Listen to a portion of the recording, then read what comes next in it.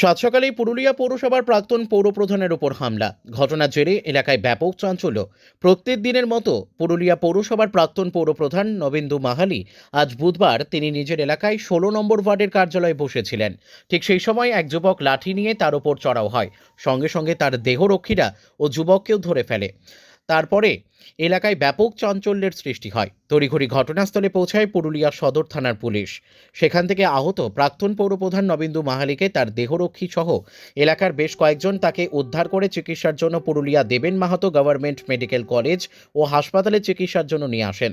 সেখানে কর্তব্যরত চিকিৎসকেরা চিকিৎসা শুরু করেন। খবর পেয়ে হাসপাতালে ছুটে আসেন তার দলের প্রাক্তন কাউন্সিলর সহ অন্যান্য দলীয় কর্মীরা।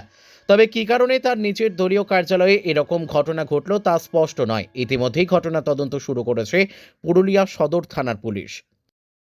আমি প্রতিদিনের মতো আজকেও আমার নিজের যে অফিস, আমাদের ভোট রক্ষা শিবির, সেই অফিসে ক্যাম্পে আমি ছিলাম। ওখানে বাইরে বসেছিলাম, পাবলিকের সঙ্গে কথা বলি যেমন আমি বলি।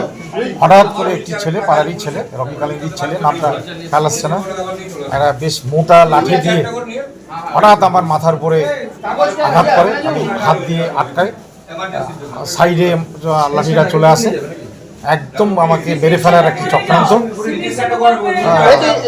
সঙ্গে সঙ্গে পাড়ার লোকজন চলে আসে, ওই ছেলেটাকে আটকে রাখে, আমার সিকিউরিটিও ওখানে আটকে রাখে, ওকে পুলিশের হেফাজতে দেওয়া হয় এবং আমাকে হসপিটালে। চলো আগে সিটি স্ক্যানটা করি, তারপর তুমি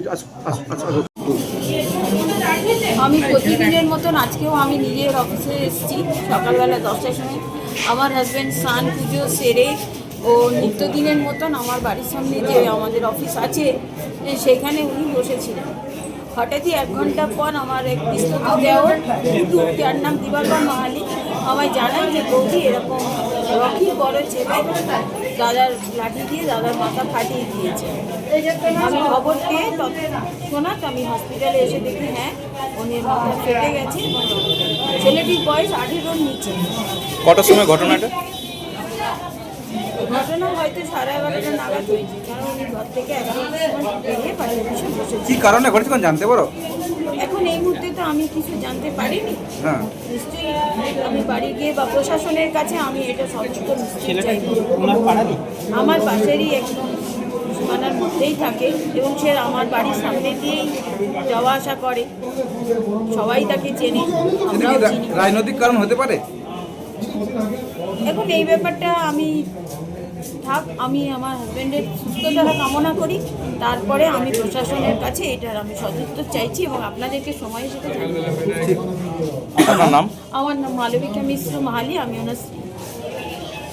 পুরুলিয়া থেকে বিশ্বজিৎ সিং সর্দারের রিপোর্ট, বিগ নিউজ বাংলা।